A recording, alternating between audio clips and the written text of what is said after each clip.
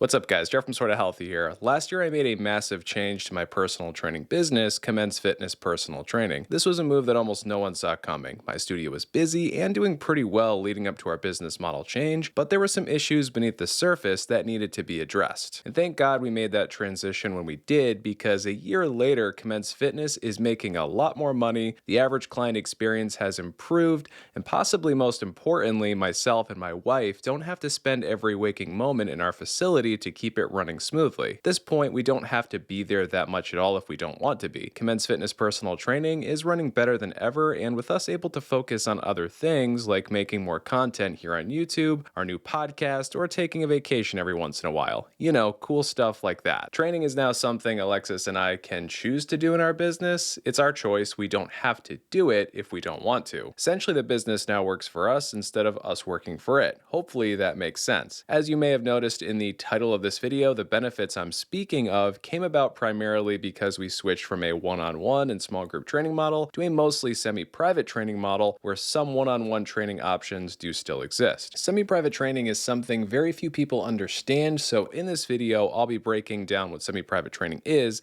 and why we switched to that model. It wasn't just to restore our work-life balance, there were many other things that led us to make this change. Anyways, if you appreciate free personal trainer education content, please don't forget to like this video and subscribe to the channel if you haven't done so already. Your support really helps Sorta Healthy to grow, and that allows me to keep making free trainer education content for all of you. Thank you so much for your support, everyone. On to the video. So what is semi-private personal training? Semi-private personal training is basically one-on-one personal training where the cost is shared by multiple people. In small group personal training, something we used to offer, you have 2 to 10 people all doing very similar, sometimes identical workouts. In semi-private personal training, you do have clients training in the same room, but they will all have at least fairly different plans. There may be some overlap between clients' programs, but they'll be much more unique compared to small group training sessions. Also, in the vast majority of semi-private personal training sessions, the clients aren't working out together. They just happen to be in the same room while working out. Most semi-private training setups allow for clients to have their own area. Again, this is different than what you typically find in small group. I like to use the restaurant example to better explain semi-private training sessions. Let's say you go to a relatively nice restaurant with your significant other and you're seated about 8 feet away from another couple. You can choose to interact with that couple if you want to, but typically you probably won't do that. They're doing their thing and you're doing yours. You just happen to be in the same place or very close. This is how semi-private sessions are. Of course, sometimes friends or significant others will work out together, and that does change the dynamic of those particular sessions. Also, sometimes people do end up making friends with others in the room, which is always good. You might be asking something along the lines of, Jeff, how am I supposed to train 2 to 6 people all doing different workouts at the same time? That sounds crazy. Well, at first, it is a little crazy. You know what? Nah, it's never too bad. There is a little bit of an initial learning curve, though. I also find that if you run a private facility like I do and don't want to drop in your session quality when switching from a primarily one-on-one model to a semi-private one, well, it really helps to have some fairly high-end equipment. I have 4 rack and cable machine combinations in my studio all over turf-covered areas. We also have a TRX at each location and plenty of dumbbells for 4 clients to be working out at the same time. In addition to that, we have other pieces of equipment around as well. In this setup, each client's plan is displayed on a tablet that is magnetized to their own rack in their own space. We run the app Semi-Private Pro in our facility, which makes customizing clients' programs and recording their progress easy. There's even videos showing form for exercises on these tablets, which can be handy to have. Other apps like Trainerize are also useful in these sessions, but you don't necessarily need anything fancy. Safety bars do come in handy in many of these semi-private personal training sessions, and the flow of them is a bit different compared to one-on-one or small group, but they are a lot of fun once you get used to them, and the clients love them. Now, this video isn't on how we do semi-private personal training sessions,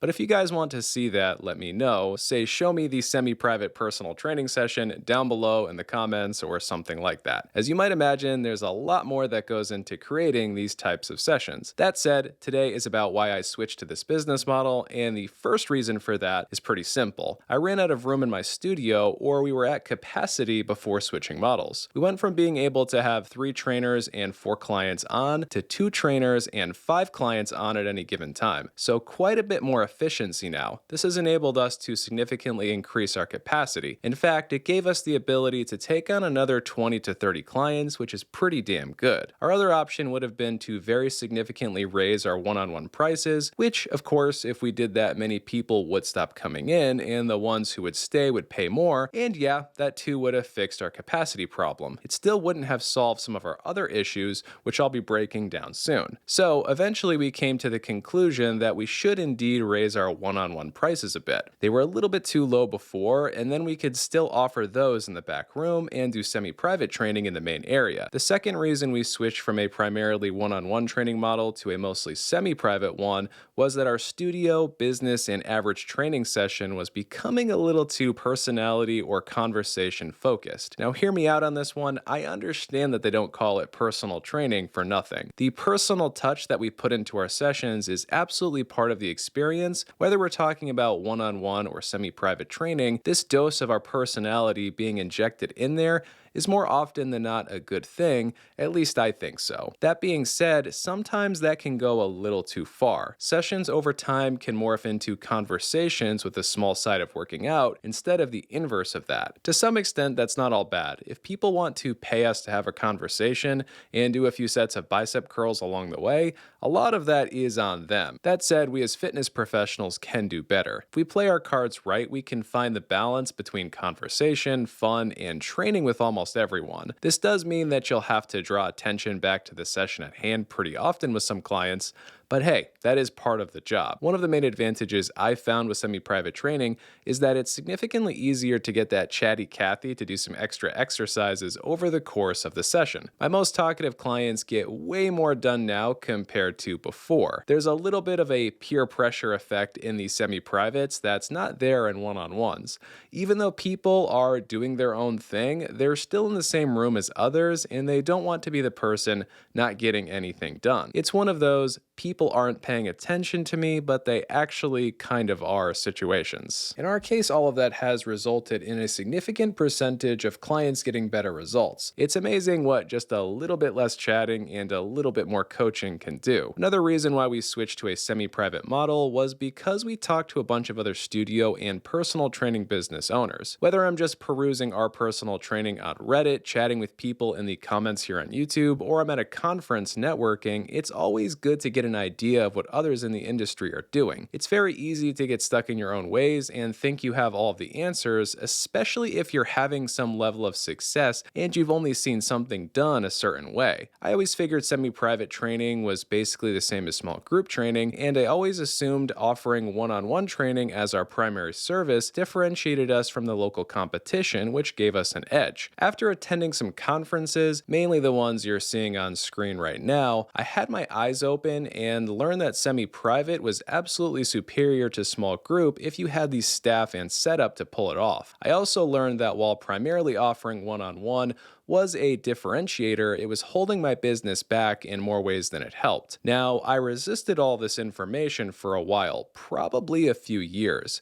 I wanted to think my situation and business was special. In that time span, I thought things like, my clients are different. They won't deal with this change. We'll lose our competitive edge if we change models. This won't even be my business anymore. Luckily, all of those things ended up being total bullshit. I will say, though, that I probably would have never had the courage to switch business models if I had stayed in my own little bubble, and that is why networking is so important. So the next reason we switched business models really ties into everything else. Essentially, we were burnt out because we were trapped working in our business so much pre-switching to a semi-private model. There's one more angle to this that I want to explore, and I think it's one that a lot of you will relate to. In your gym, studio, wherever you train clients, would you agree that some trainers are more popular than others? I'm pretty sure all of you are nodding yes right now. In every facility, there's going to be at least one or two trainers who are doing the most work or sessions. Why are they doing the most? It could be that they're simply better at training clients. Maybe they're better communicators, or they're better at sales. Maybe those trainers have just been working at that facility longer, though. That is always a relevant factor. In my studio, Alexis and I had been there the longest, 6 years compared to 2-ish for my 3 other trainers, and because we had been there longer and everyone knew us, it was really hard for us to take a step back from training. People had gotten used to us and our personalities that came with us for those one-on-one sessions. Again, I want to reiterate, you being personable is a huge part of the job, so keep doing that. With one-on-one training, it's a little bit more essential than it is with semi-private sessions, though. I would go as far as to say, and keep in mind these numbers vary wildly depending on who you're training, but one-on-one sessions are often 60% social skills and 40% coaching skills, and semi-privates are the opposite of that. And because there is a little bit of a bigger emphasis on coaching versus conversation, well, it's given the other trainers in my studio a chance to shine. It's a bit less of a who do I like chatting with the most situation when it comes to choosing the trainer in my studio now, and overall that in my opinion is a good thing. This has of course enabled Alexis and I to work on other things, including growing our actual businesses. The last main reason we switched over to a semi-private model is that we looked at our best and worst clients. This is something that I would encourage all of you to do as well, whether you're making changes to your business or not. Anyways, the best clients in my studio come in 3+ days a week, rarely cancel, and refer us other clients here and there. The worst clients come in inconsistently, cancel often, especially last minute, and don't refer other people. Usually they just cause problems. Now, if you're doing things right, you should have way more of these types than these, which we always have regardless of business model. That said, in addition to that, you want a model that benefits your best clients and reduces the damage that these types can do. And make no mistake, if you have enough clients, you will always have at least a few of these people. So our last model looked like this: session packages, 24-hour cancellation fees, one-on-one and small group offerings. Our new model looks like this: semi-private training, you can come in 2 times a week or unlimited times a week, and you pay weekly whether you come in or not. Also, there's only a 1-hour cancellation fee because we can be more flexible with semi-private training, and like we said, clients pay either way. No more session packages and more open time slots. So who does this old system benefit? Well, definitely not us, the business owners. It allowed certain clients to be inconsistent since they could just pay as they came in. It also didn't benefit some good clients with unpredictable schedules. Sometimes your nurse client has to stay a bit late at work and there's not much they or you can do about it. So we ended up in our last model with a small handful of clients who would cancel often, put us in a spot where we had to decide to charge them or not, never fun, and these guys gunked up our schedule and even took times away from our best clients. You still get a little bit of that with semi-private,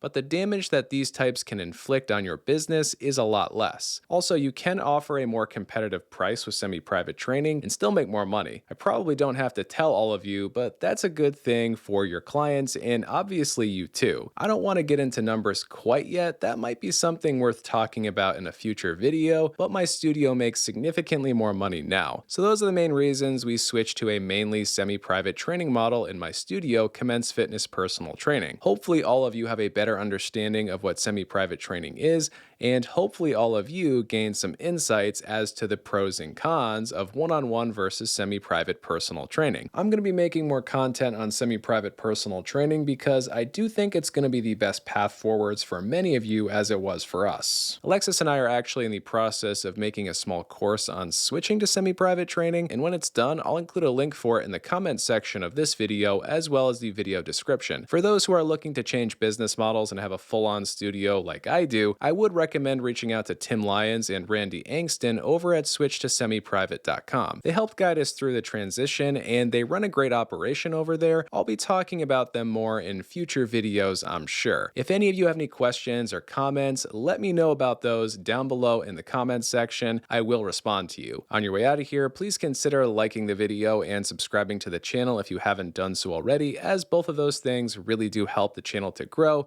and that allows me to keep making free trainer education content for all of you. Thanks for watching, everyone, and until next time, stay sorta healthy.